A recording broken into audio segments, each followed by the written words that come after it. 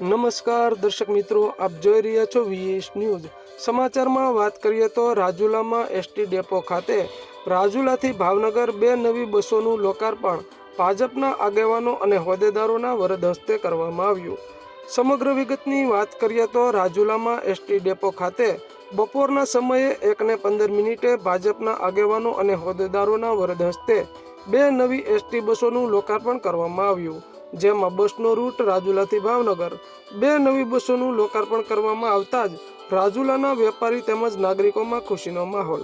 ધારાસભ્ય હીરાભાઈ સોલંકી દ્વારા સરકારમાં રજૂઆત કરવામાં આવી હતી કે રાજુલા એસટી ડેપોથી રાજુલાથી ભાવનગર જવા માટે બપોરના સમયે કોઈ ગાડી ભાવનગર જવા માટે ન મળતી હોય ત્યારે નાગરિકો અને વેપારી દ્વારા ધારાસભ્ય હીરાભાઈ સોલંકીને રજૂઆત કરેલ કે રાજુલાથી ભાવનગર રૂટની બસની માંગને લઈ ધારાસભ્યએ સરકારમાં રજૂઆત કરી હતી. ત્યારે સરકાર દ્વારા આજે 2 નવી બસ ફાળવતા જ આ લોકાર્પણમાં ભાજપના આગેવાનો અને હોદ્દેદારો, કાર્યકર્તા અને વેપારીઓ બહોળી સંખ્યામાં ઉપસ્થિત રહ્યા હતા.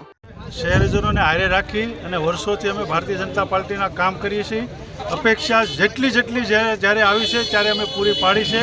પછી નવું બસ સ્ટેન્ડ હોય, નવું રેલવે સ્ટેશન હોય, નવી રેલ મેકવાની હોય, નવી બસો મેકવાની હોય, જ્યારે વેપારીનો પ્રશ્ન આવ્યો ત્યારે સરકારની હારે રજૂઆત કરી અને વેપારીને જે સંતોષ થાય એ પ્રમાણમાં ભારતીય જનતા પાર્ટીના કાર્યકર્તાએ કામ કર્યું છે.